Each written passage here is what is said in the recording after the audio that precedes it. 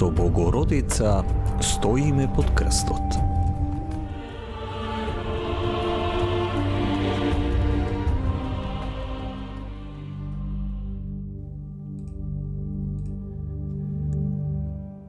Евангелието кое црквата го наменува за сиропосната недела, директно не воведува во Великиот пост.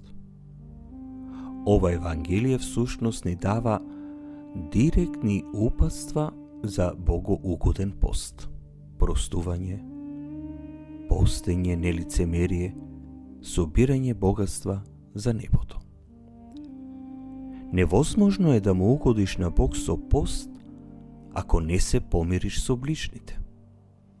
И не само што постот губи секаква смисла, туку и целиот духовен живот, па и самото христијанство како такво. Помирувањето значи да бараме прошка од луѓето на кои сме изгрешиле. Но тоа значи и да бараме прошка од некој против кого не сме сгрешиле, но ни се лути. Обичајот да се бара прошка од некој што не сум го навредил, не е против христијанството. Против христијанството е да се чека прво другиот да дојде да ни се извини.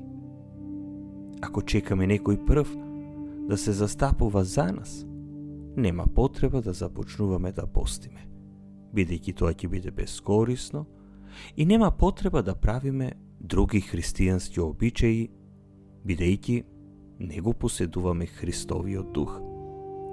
Простувањето значи прво да бараме прошка од оние на кои сме им сгрешиле, како и од оние на кои не се чувствуваме виновни, но ми го припишуваат тоа, односно некоја вина.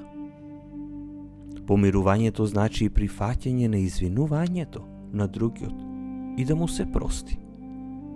Прости од длабочината на твоето срце. Да не се простува под некои услови, со некои принципи, како што знаеме да кажеме простувам ако, простувам но, простувам за последен пат и така натаму. Затоа што да се помири значи да се најде мир, а не да се поставуваат услови за простување. Невозможно е да му угодиме на Бога со лицемерен пост. Нема потреба да се пости за човечкото око. Ниту најстрогиот пост кој се прави не за љубов кон Бога, туку за љубов кон човечка слава, не е доволен и нема да донесе духовна корист, туку напротив може дури и да донесе многу штета. Непотребно е да им откриваме на другите луѓе дека постиме и затоа не јадеме ова или она со масло, без масло или не знам што друго. Нема потреба да постиш за своја слава.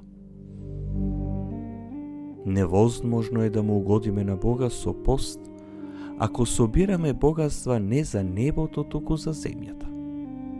Каде е твоето богатство, таму ќе биде и срцето. Да се собираат богатства за небото значи да се споделат богатствата на земјата. Да се собира за небо значи да се прости, да се љуби, да се служи, да се покорува, да се пости, да се моли.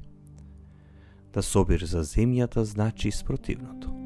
Да се биде премногу горд за да се прости, премногу себичен за да се љуби, премногу себичен за да се служи, премногу суетен да се починува, премногу лицемерен да постиш и премногу алчен за да молиш.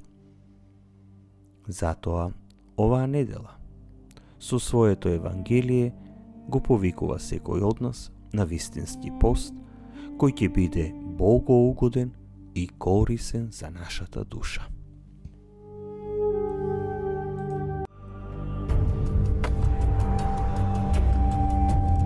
Со Богородица стоиме под крстот.